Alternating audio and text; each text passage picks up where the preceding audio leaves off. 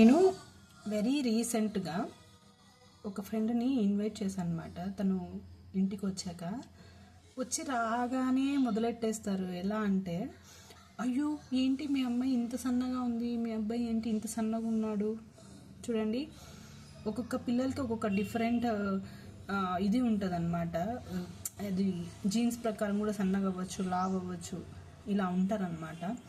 దయచేసి ఏంటి మీ అమ్మాయి ఇంత సన్నగా ఉంది, ఎందుకంటే అది వాళ్ళ పేరెంట్స్ ముందర మీరు అలా అనడం వల్ల వాళ్ళు ఎంత ఫీల్ అవుతారు. అలా అని మీ పిల్లలు ఏమైనా లావు ఉన్నారా, ఓకే అది కూడా వదిలేసే. మీ పిల్లలు హెల్తీగానే లావుగానే ఉన్నారా అనుకోండి, హ్యాపీ, సంతోషం.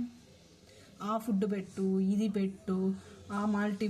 చూడండి, ఈ కాలంలో చదువుకొని మొబైల్ ఉన్న ప్రతి ఒక్క తల్లిదండ్రులు వాళ్ళ పిల్లలకి చాలా హెల్తీగా ఉన్నంత దాంట్లో చాలా అంటే చాలా హెల్తీగా, చాలా కేరింగ్గా చూసుకుంటున్నారు. దయచేసి మీ తొక్కలో సలహాలు మాకు అవసరం లేదు.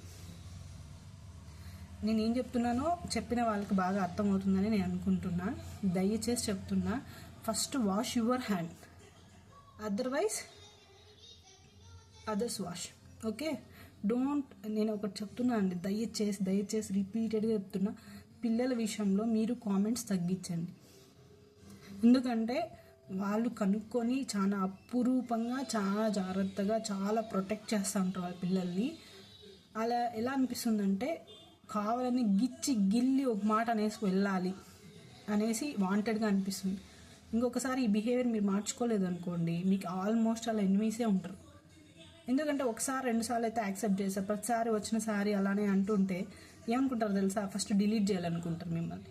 జాగ్రత్త, don't do like that please.